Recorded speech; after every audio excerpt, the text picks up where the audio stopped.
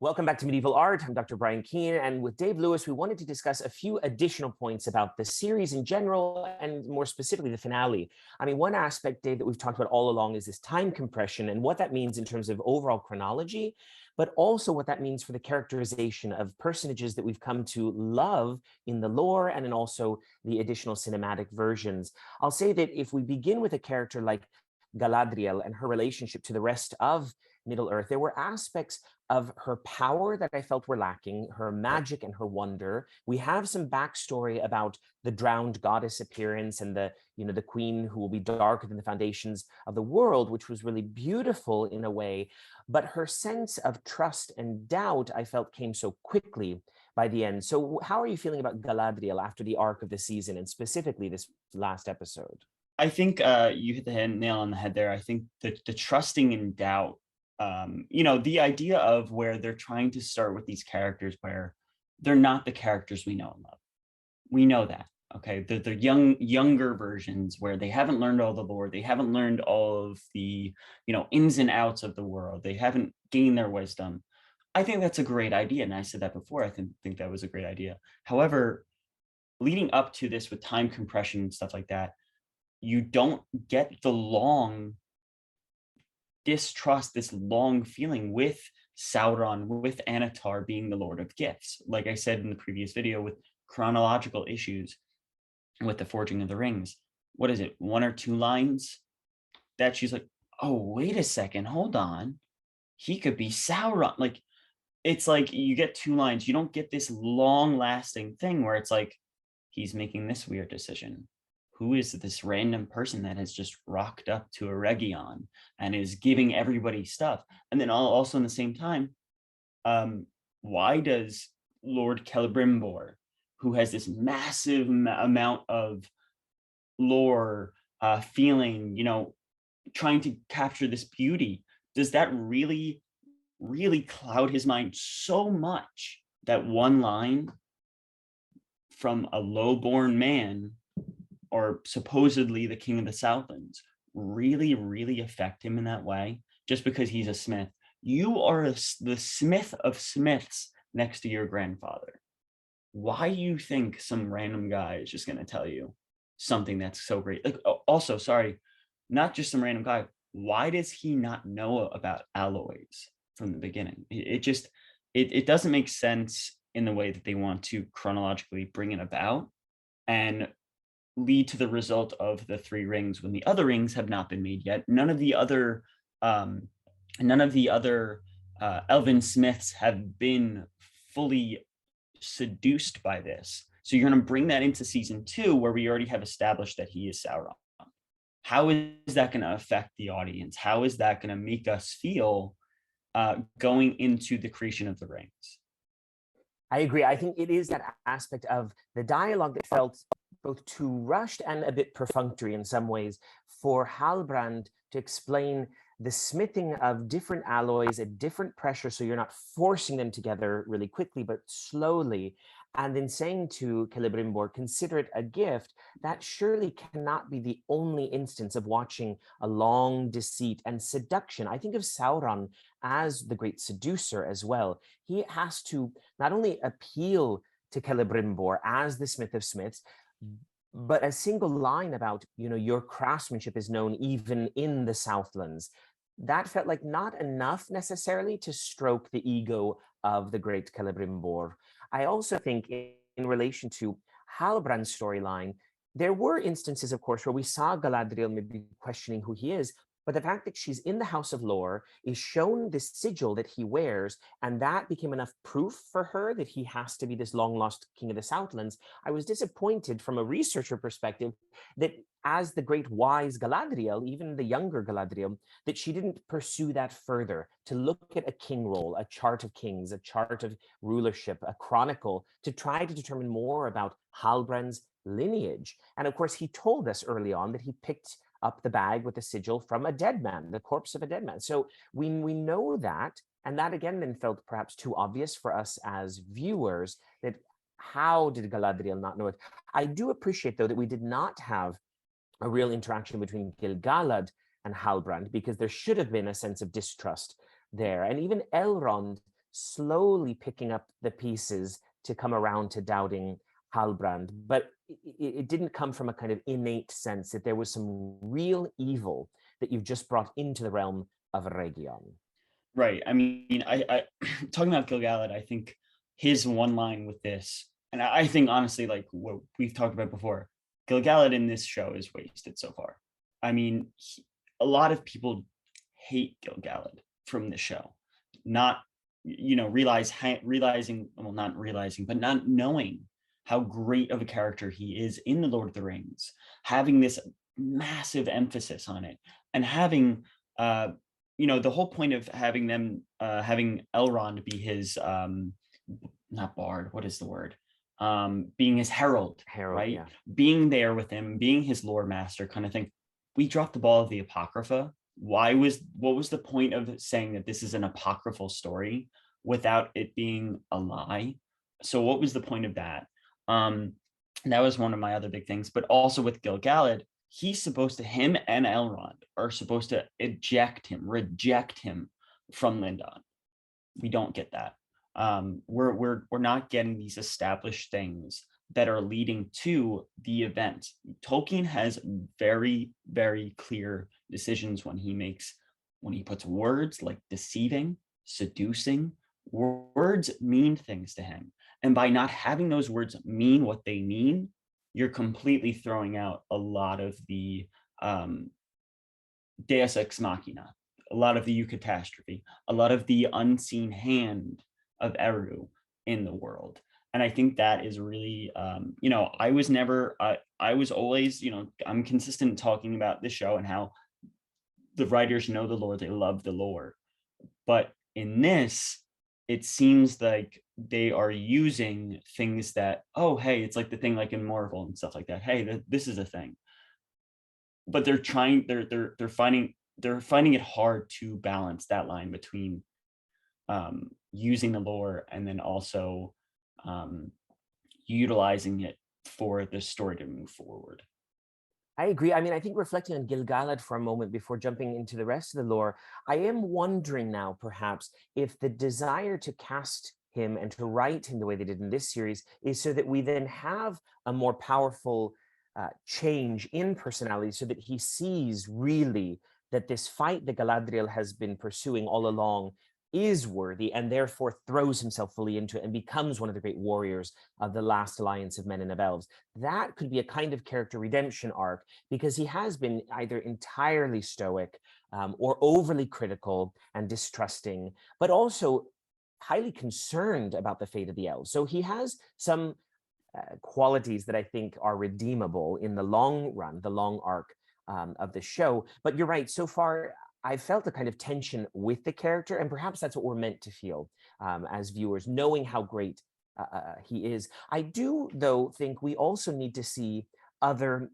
realms of the elves. We saw Lindon. We had some very nice moments there. We've been in a Region, but I think we will see in season 2 or perhaps 3 or so, but very soon, I think on the heels, we need to see the founding of Imladris, Rivendell with Elrond. We need to see Galadriel go to Lorien and hopefully find and reconnect with Celeborn. I hope that is a storyline that we see. I hope we see the reunion of Galadriel and Celeborn. That would feel appropriate in the greater scheme of things. And those elven realms, though, contrasted with, I think, an expanding dwarven realm, the Blue Mountains, the Iron Mountains, we need the dwarf kingdoms to be shown in their fullest, not just Khazad-dûm, because if we're going to have 7 rings for the dwarf lords, we need to know about these other realms. And then certainly the realms of men, we're going to get there, I suspect, because we're going to Rhûn and we have Tir-Harad, the south and so forth. There's so much still to bring out. But in terms of characterization, I agree. I think Anatar fell short. Unless we're going to see the guise of Sauron as changeling and the great deceiver in this series to come, I just wonder if we'll see many guises of Anatar Sauron as the Lord of Gifts in the coming seasons, because otherwise, what is it that will provoke Celebrimbor and the elves to forge the rings, the additional rings, and to work with the dwarves and the men? There's so much Right. That's my thing, is that, okay, so we know he's Sauron, right? And Galadriel's like, don't let him come back here. we will never treat with him again. All this kind of stuff. Don't they know that he's a changeling at this point? Knowing, especially Galadriel, Especially Galadriel, especially yes. her, because of what the story is, how Finrod actually dies. It's the werewolves, it's the vampires, it's all of this stuff that happens. She should know especially that he is going to be something else, which maybe, in the way that they could introduce that as her character kind of being distrustful. But again, you do not get the buildup that it should have been. You don't get the buildup of, oh, okay, who's this random guy? Oh, he's starting to help the elves. Like, he wants to, forge these rings in order to preserve. There you go. You could have the whole Roots of Hithyglir thing intact. Sure, it's whatever. But, you could still have that intact and be like, this is the plan to save to save Elvendom in Middle Earth, right? Is to create these rings. He's helping. And then to have them realize, no, this is Sauron. This is Halbrand Sauron doing this. This is his thing. Okay. All right. Well, now, oh no. We have to make these 3 rings in order to protect ourselves, to protect elves from this threat. And then having Celebrimbor realize that, and Galadriel realizing that because she's the main character. And then to have Sauron forge the one ring, them realizing it, and then have the siege of Eregion, the death of Celebrimbor, this kind of stuff. That's the things that we need to see, rather than just saying, hey, I'm the Lord of Gift. Oh, here's a gift.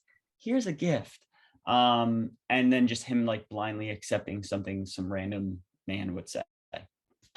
So agreed. I mean, so in the coming seasons, we need to have the forging of the additional rings. We need to see the shadow of Mordor grow beyond Mordor. I mean, in a way, it's a little bit saddening to see Sauron already holding up in his fortress in the Southlands. I know you're going to say something about the shadow of Mordor then. Well, the shadow of Mordor, because where are we going with Adar's character? Where are we going with that whole line of Uruks not being slaves to Morgoth anymore? How is he going to either get rid of Adar and the people that joined him? How is he going to get rid of them? And how is he going to, again, seduce the orcs possibly into being on his side, rather than being on a side that represents freedom, that represents brotherhood, that represents the ultimate redemption story from Eru that Adar talks about, excuse me, with Galadriel.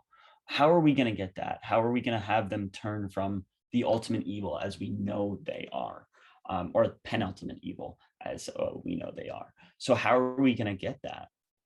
Yeah, I suspect you're right. I mean, we'll have to see some kind of confrontation. That will likely be a conflict in Mordor that we see in the second season. But also, I hope that we begin to see that growing shadow into Tir Harad. And also, as Gandalf and Nori go into the land of Rhûn in the east, I think we'll slowly see them realizing that the shadow is there. And hopefully that's where Gandalf will meet the Blue Wizards and realize that they are there set up to take care of this evil in the east. But then he has to be gone so long that he's quite forgotten who they are, as he says to Bilbo in the Hobbit films. And I think then, as we know from the interviews about season 2, any character that has been around in the Second Age or later in the lore, in this case with the wizards, the Istari, are fair game. And I suspect that we'll also see the revelation, if not just of the Blue Wizards, eventually Saruman and Radagast have to appear in some capacity. And I think that will be really, for me at least, will be one of the wonderful storylines when it comes to fruition. The founding of the White Council, the work that the Istari do in Middle-earth on behalf of the Valar, serving as these agents to sort of suss out and quell and dampen the shadows of the past, but then also Numenor as a great empire. So before getting to Numenor, I mean, any other thoughts about the Istari before moving on?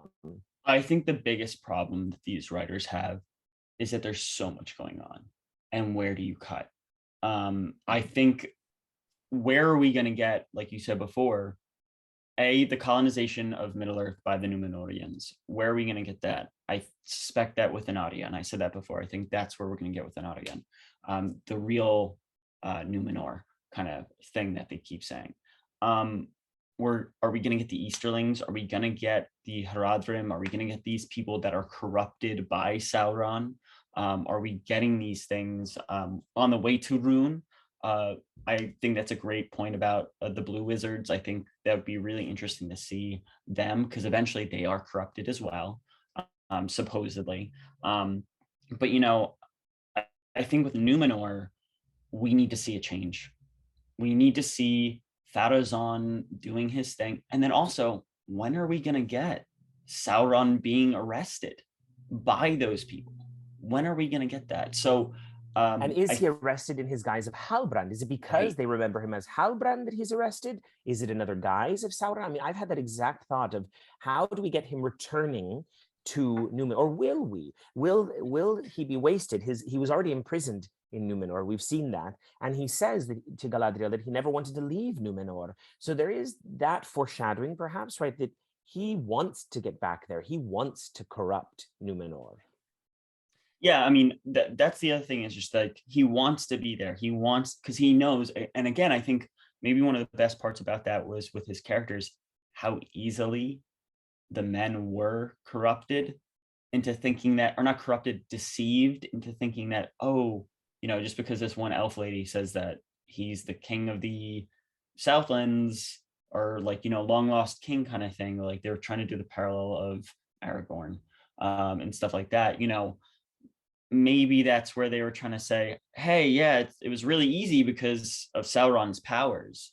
But at the same time, it's like, maybe that's why this was his test audience kind of thing. The Southland was his test audience. And now he's like, all right, well, now I know I can pretty much do this. Like, my powers are fully gained, which is interesting because, maybe that idea of where he talks about Morgoth, kind of he felt that he was choked by Morgoth, that he was forced into slavery. He was forced into working with him, being his vassal. Maybe he was saying, I was being held back. So that's another thing to think about. I do think in terms of the Numenor storyline, we have a lot of possibility, not just knowing their downfall, which we've already seen foreshadowed in various ways through both dialogue and the visuals, but with the founding of their colonies and the greater buildup of Gondor. I mean, we'll have to see at some point, of course, the building of Minas Tirith. Where that comes in the timeline of the show will be interesting to think through. How much time is going to pass before the lead up to the last alliance of men and of elves against Sauron. And then, yeah, all of those many guises. I want to see more of the changeling aspect. We saw that with the cultists of Sauron. They were clearly changelings. I mean, going from Nori to the changeling themselves. I also think the other storyline that we hinted at that we'll also see continue to develop is that of the Harfoots moving from their lands in Rhovanion to the ultimate place of the Shire. And I think that will give the show writers a lot of space to develop additional storylines. I suspect we'll see the Harfoots come into contact with the Ents in some way. That feels like a storyline that needs to be developed so that at least we have that amount of lore. I do still wonder if we'll get a Tom Bombadil appearance or encounter. I mean, this is a really powerful and important character in the books, and I could imagine the wanderings of the Harfoots being an excuse to meet such a character. I wonder if they will sort of pass or settle down by and glimpse the space that will eventually become Orthanc. And of course, we need the Tower of Orthanc. There are so many other places that need to be built up in my mind. And that gives me great hope for what can happen.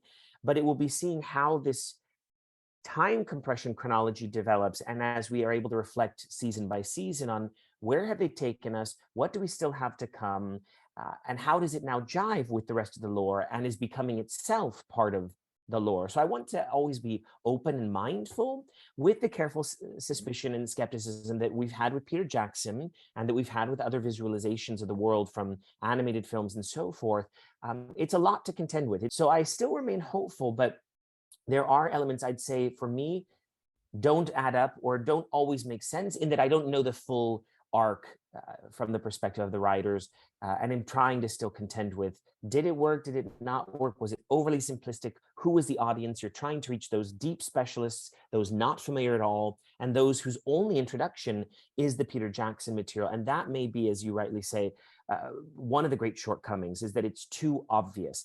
those references, the parallels, the echoes are perhaps too obvious. And I hope moving forward that we can distance ourselves from that material, um, mainly so that the show can come into its own and really embrace the full creative potential of the Rings of Power.